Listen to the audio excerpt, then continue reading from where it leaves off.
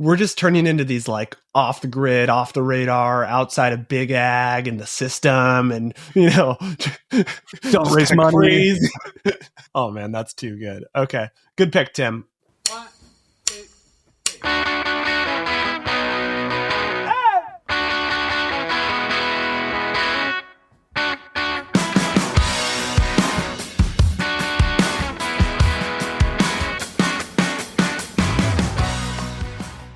Coming up, we are back with our second annual Acre Awards. The Modern Acre is the podcast for builders in ag who think differently.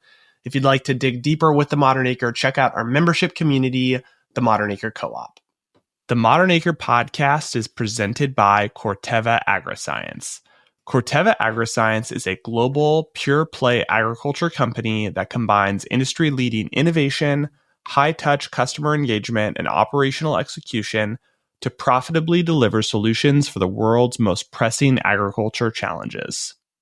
All right, Ty, holiday season is upon us, and I'm excited to get back to the second annual Acre Awards. It was fun when we did it last year, so excited to make this a annual holiday tradition for us. Tim, I re-listened to last year's, and how we described it was it's like the Dundies. Yes. For the Modern Acre. So it's not too serious. It's kind of fun. It's a recap of the year. We make some picks. This is a fun episode. And one of my things this year in ag has been we need stuff that's a little bit more fun. And boy, do the Acre Awards deliver on that, Tim. So fun, Ty. So fun. Super fun.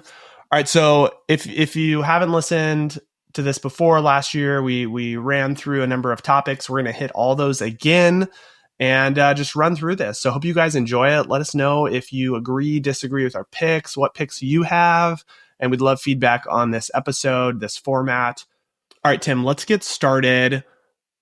They're all our favorite children, but we got to choose our favorite guest or episode of the year of the Modern Acre. Tim, I was looking at the list, and man, we crushed it this year. I don't know who's in charge of getting guests and scheduling and coordinating interviews with the Modern Acre, but man, like it was a rock solid list of guests this year. It was really hard to choose. Really hard to choose. A lot of banger episodes this year, Ty. So let's kick it off to you to start. Who is your favorite guest or episode this year? Again, super hard to pick this one, but I looked at the list again, and one of the conversations that really stuck with me was Zach Ellis from Olam Farming. He came on, and I appreciate a man with takes and informed opinions and someone who's executing, operating on the ground, and Zach is doing that. He's like one of the smartest people I think we've both met, loves ag, loves farming, and loves technology and sustainability, like all of the things. And he just had a great perspective on the industry, on technology, how they think about leveraging technology at Olam. So that one was, I think, a ton of insight in that conversation. So that's my pick this year. Zach, you get the award. That was a great episode. I think it's rare to find someone that's an operator that really understands farming and all the agronomic decisions that are being made, and also understands ag tech and kind of the scientific side behind things that are happening in the industry. And Zach can kind of speak both of those languages, which is really insightful. Yeah, Zach is probably a must-have back on in 2025. Would be great to get him back on. All right, Tim, what is your pick? Ty, my pick is David Friedberg. He stepped back into the CEO seat this year, joining Ohalo Genetics.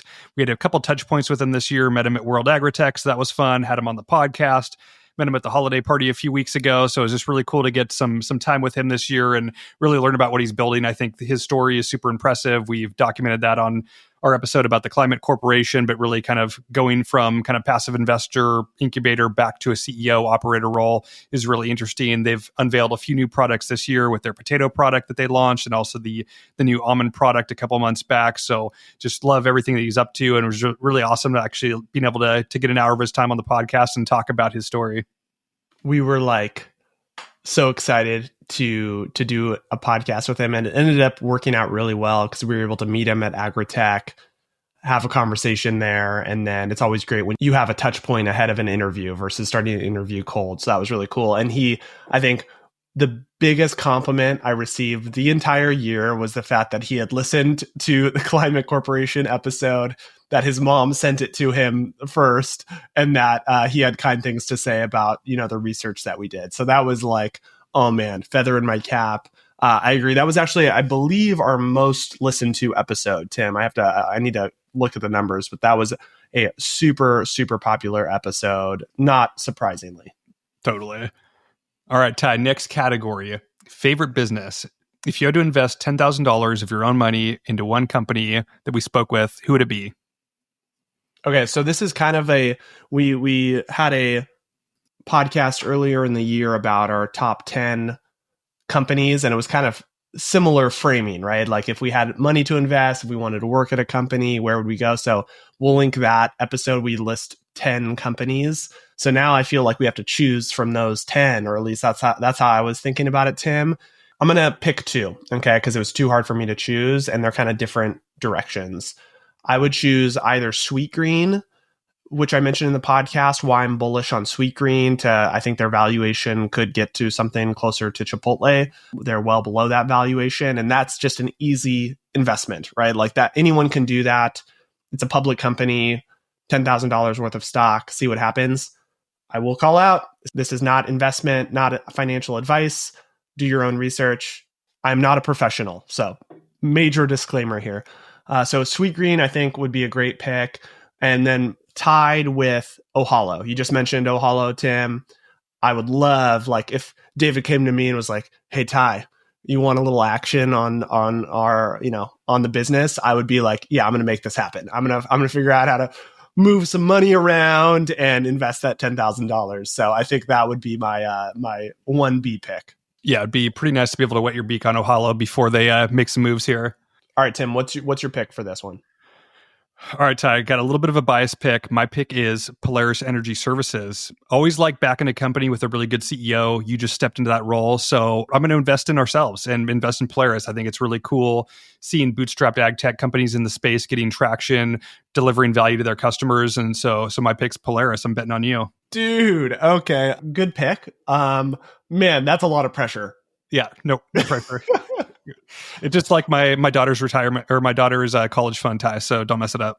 Yeah, seriously. No pressure. No, I think that I'm super excited about where Polaris is at. And I think we joined him at such a really awesome inflection point with, they've been around for a while. They've got really good adoption. They've got a good product offering to growers. And now with hourly flex pricing, this new program with PG&E, it's a really exciting time and a new offering to growers that saves them money, $0 out of pocket. It's a really fun time. So I will do you proud, Tim, and we're gonna keep growing this thing. All right, Tim. Our next category I love is, man, these categories were so good. I don't know who thought of these. Our favorite person in ag. So I'm going to go ahead and get it started. So this was a really tough one for me. There's a lot of people that are doing cool stuff. I mentioned Zach, Freeberg, others, right? The one that came to mind of someone who kind of does something on his own terms and does what he believes in was Travis Potter at Green Lightning. Tim, we had him on recently. He's the founder of Tractor Beverage. And that conversation was wild. He talked like almost the whole time, and we just kind of sat back and let him cook. And I just appreciate someone who's super entrepreneurial, a farmer himself, loves agriculture, is so passionate about it, is doing it with his family, is like kind of avoiding the venture capital route and just doing it on his own terms. That's just stuff that really resonates with me. Like, doing cool stuff with people you love, prioritizing your family, not getting into the rat race of venture capital, but doing cool stuff that is really cool technology, building brands. Like, that guy was just inspiring to me. So that's my favorite person in ag. I think I'm happy with that pick. That's a great pick, Ty. All right, my pick for person of the year is a little off the radar, Ty. I met with a farmer outside Sacramento a couple months back named Aaron Ori. We're going to get him on the podcast next year to tell his story, but really interesting guy. Comes from an immigrant family. His dad worked at a tree nursery in Yuba City, which is just north of Sacramento, and really has just a crazy story building in agriculture, building businesses. He's developed almond and walnut orchards up north of Sacramento, and has also developed his own like farm inputs line where he's creating his own biological product at his ranch, just taking all this crazy biology from around the world and making this kind of like master brew. And he's kind of farming on his own terms, where like he only uses this biological product that he makes himself. He doesn't use any crop protection, any fertilizer. So he's just basically like untethered from like the traditional farm system. He's acquired a ton of land and ranches, just kind of like farming, like a farming anomaly. It kind of blew my mind. It was a introduction from Matt Nicoletti at Penny Newman. Had visited with this guy and told me to go check it out, and it was just kind of it was an experience. And so I'm excited to get him on the podcast in a few months to tell his story. But that's my favorite person in ag, just somebody doing things on their own terms, doing things differently. Yeah, so we had some common threads there in our picks. We're just turning into these like off the grid, off the radar, outside of big ag and the system, and don't raise money. Oh man, that's too good. Okay, good pick, Tim. All right, our next category is favorite person in business. So this is outside of just agriculture, your favorite business person you're following. Who's your pick this year, Tim? I think my pick is a little bit basic, but just somebody that continually impresses me is Elon Musk. Of like the amount of things he is involved with, creating just tremendous value for shareholders and for consumers of his products, just continues to blow my mind. Like seeing how much progress Starlink has made in such a short amount of time, like being able to deliver internet access pretty much anywhere in the world. Everything he's done with X and kind of creating that free speech platform, along with Tesla, Neuralink, the Boring Company. He's just all over the place. He's involved in the Trump administration with Doge, the Department of Government Efficiency. Like, I don't know how he does it, but I think he's a one of one, like a legend in our generation. It's like the Albert Einstein of our time frame. And just when you think he's like, cannot do more, he just adds something to his list and executes at a high level. You have such a man crush on Elon. It's like, it's crazy. Can he start like a farming company so we can have him on the pod? His brother is into farming, right? I've DM'd him so many times. Like, Kimball. Kimball has just ghosted us for 8 years. He was on our short list when we first started the podcast. We've got to get Kimball Musk on. Tim, I agree with you. Elon has had quite the year. So, I mean, it's undeniable. His influence, his businesses, getting involved in the election, like crazy, crazy stuff from Elon. All right, Ty, who do you got for favorite business person of the year? I had a really hard time with this one, Tim. I didn't take the obvious choice like you. I really spent a lot of time mulling it over. Because I had a hard time thinking about it, I'm going with like recency bias here for my pick. My pick is Bobby Parrish. Do you know Bobby Parrish, Tim? Also known as like Flav City. Oh, I think the guy that does the reviews in grocery stores, that guy? Yeah. So I've been following this guy for a while. Mom, I think, actually put us on to him. He does like, he'll go into grocery stores, look at ingredients. His whole thing is like, unprocessed, clean ingredients, whole foods, right? Is his kind of shtick. He has grown a massive brand on social media. He's become a massive influencer, a food influencer, talking about these topics that are really trendy right now, creating like reels and content all about this stuff. We've talked over the years, Tim, about just influencers and building businesses on that platform and the benefits of that. So, he's built up this massive following. I think he has 3 million Instagram followers, which is just wild, right? Like that's celebrity status at that point. And he's created, his brand is called Flav City. And he's built out all these products now that are, his audience are core customers, target customers for. And so he's built his own brand, and it's like supplements and protein and all these like, high margin stuff, right? Like if you have the audience, your customer acquisition is negative because you're making money from your content, and it's also driving sales to your business. And so I just think it's a playbook that we've seen several times now over the past several years. It's really started with the Kardashians and kind of has gone into all these different areas of business and all different flavors of Instagram influencers, and he's just crushed it. And what makes this recency bias for me is I'm a big fan of Element, the electrolytes, right? I have an Element packet once a day. It's like the only way I'm able to consume water. And I was on Instagram a few weeks ago around Black Friday. I get an ad, an ad from him about his new electrolyte packet. And I was like, oh, this is interesting. And it was like a really well done ad, very like keeps your engagement. And he talks about Element versus his, and how Element has all these like artificial sweeteners, right? And he talked about how he took lemon and lime and took, dehydrated versions of actual lemon and lime, put them with salt for hydration and these other minerals, all natural, puts them in this little pack, and I was sold. I was like, boom, you got me, dude. Like, I just got served this ad. I'm buying this because I had actually like needed to buy more Element and hadn't done it. So I was like, you know what? I'm going to skip Element. He had a deal for Black Friday, and I was like, I'm in. So I bought like $60 worth of these packets because I wanted to get free shipping, like hook, line, and sinker. Dude got me. I'd been following him for years, and finally I became one of these target customers. And you know what? I've been very happy with the product. So I just think it's cool. An influencer building a big business on top of their platform, and I think he's crushed it. So that's my business pick of the year, Tim.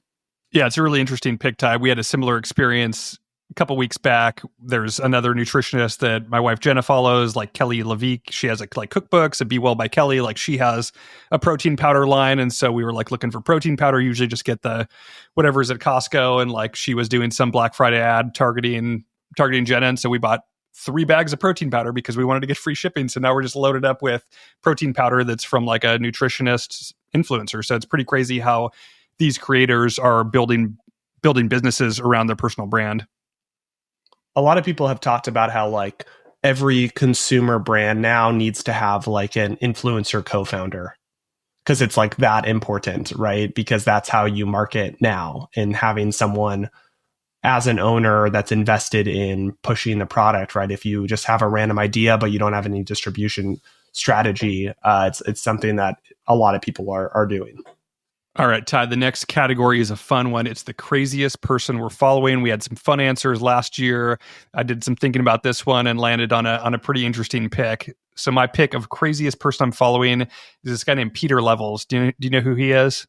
Yeah. Yeah, he's a solopreneur. So he basically has a bunch of different internet-based businesses. I think he's a European guy. He has just like a very funny Twitter X account. He's like slouched over on a couch, like very bad posture over a keyboard.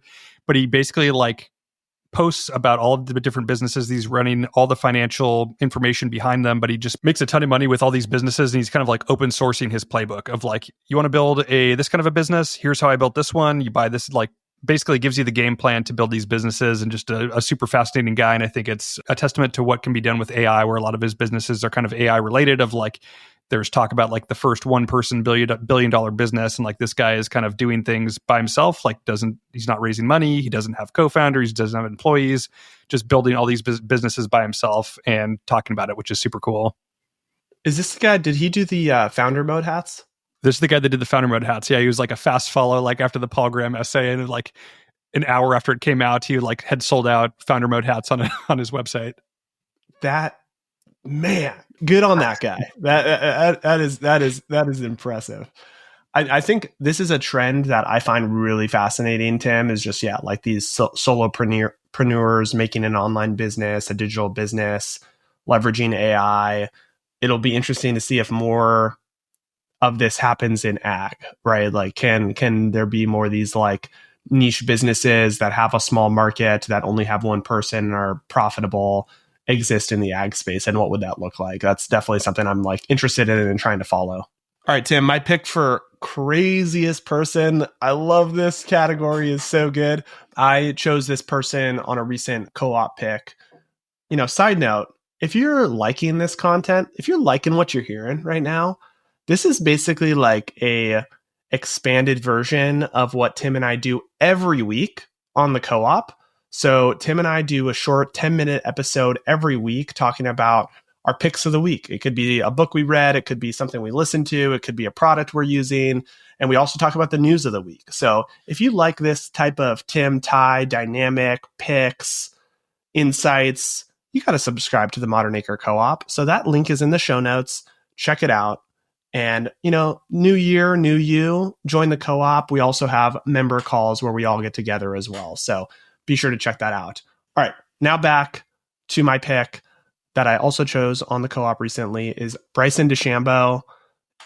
This guy is wild. He has been so controversial over the years of his like massive focus on being kind of like a freak scientist of golf and trying to go for massive distance. He was like drinking multiple protein shakes a day to just get jacked and up his swing speed. And that kind of rubbed everyone the wrong way. He was just hitting the ball 350, 400 yards, took everything by storm. He won a major kind of using this approach. And it just kind of rubbed people the wrong way. And then he joined Live, which was very controversial at the time, of this alternate to the PGA Tour. This guy has had a massive rebound from a PR standpoint. Everyone loves him now. He's leaned into his social media content, specifically on YouTube, created a massive, massive following on YouTube. He has like a show called Break 50 where he brings on other celebrities and they play from the front tees, best ball, and try to break a 50 score, which is incredibly challenging. And he's just been he's everywhere. He has leaned into the best of his personality. He's kind of gotten rid of, this other side of his personality that kind of rubbed people the wrong way, and people love him now. And he's just, this past week, Tim, he was on the Capital One, the match. They had a showdown between Rory McIlroy, Scotty Scheffler, and Brooks Koepka and Bryson DeChambeau. So he's on traditional media on TNT over the holidays. He's crushing his YouTube. He's playing good golf. He's on Live. He's everywhere. He's crazy, but man, I cannot look away. Yeah, he's got so much stuff going on. I don't watch a ton of golf content, even on X. It's not really my stream, but when he was doing that challenge to try to hit a hole-in-one over his house, somehow that made it into my feed just because it was getting so popular on X, and it was pretty fun to watch him do that. We talked a little bit about this on the Co-op 10, but just kind of PR turnarounds of Zuckerberg of back in the day. I was kind of this dorky guy that no one liked, and everybody had a negative perception of him, and now he's just everybody loves him. He's at MMA fights, he's surfing with an American flag, chugging a beer. I think we also talked about this, Ty, but this could be your year 2025, a PR turnaround for you of kind of the guarded, serious Ty, and being a little bit more approachable next year. Be good. Yeah, they'd probably be reasonably priced. Do we have the budget for that here at the Modern Acre?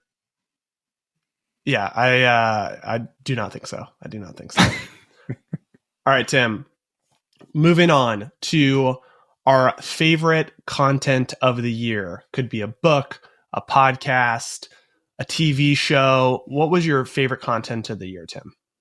Ty, I've got a bit of an unusual pick for you. There's I listen to so many podcasts throughout the year, so it's hard to kind of go back and I listened to probably 300 podcasts this year.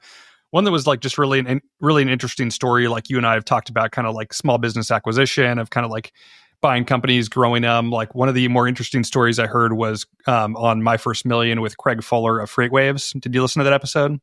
Yeah.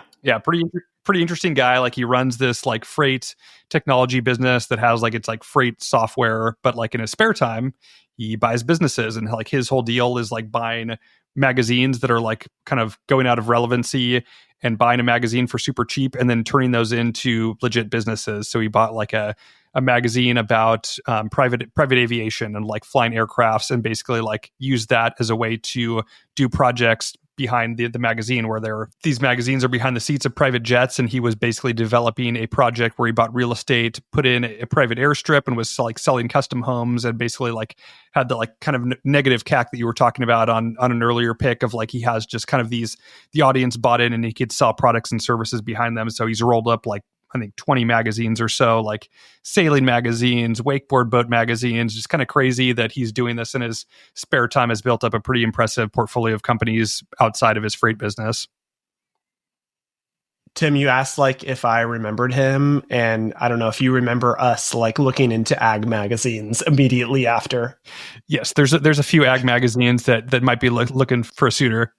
Great pick. Excellent pick. I think I listened to that one twice. That was a super good conversation. All right, Tim, my pick this year is a book. Probably my favorite book of the year that I read was The Psychology of Money by Morgan Housel. This one, super cool book. If you're entrepreneurial, if you are interested in, growing businesses, growing your wealth, really fascinating look. I think he takes just like some of these ideas around money and kind of debunks a lot of them, of like what money means and how much is enough and how to think about money. And I just thought it was really enlightening, really down to earth, and really digestible. The story behind the book is really interesting. Morgan was like a big blogger and blogged on the topic, and then basically the book, he used blog posts as really like the chapter ideas. So he just took the blog posts that were really well received, kind of adjusted them to book format, chapter format. So each one is like independently digestible and really easy read. And so that's my pick this year. Great book, highly recommend. It'd be a great stocking stuffer for a loved one of your choice. It's a great idea, Ty. We're doing the ongoing book challenge. I'm trying to get my last book of the year wrapped up before. Hopefully I beat you with that, but I need to get some books in queue for next year because I want to up the ante a little bit. I'm liking reading, Ty. I'm back into it. Yeah, we gotta recap our book challenge at some point. We are almost at the end of the year. I had a 10 book handicap, which I don't know why I agreed to. I think you are going to win handily based on that handicap. I think next year, Tim, I agree about upping the ante, and I think that there's no handicap. It's straight up next year. So I want you to mull that one over. I think there's going to be some kind of handicap. Maybe why, 10. Why does there need to be a handicap? Are you less capable than me to read books? I don't get it. I'm a slow reader. we have no proof of this. I don't think there's any logical reason why you should have a handicap this year, because you read more books than me this year. I think you just offered the handicap. You pitched that out first. Yeah, and I'm now withdrawing that for our 2025 challenge. Next category, Ty. Next category.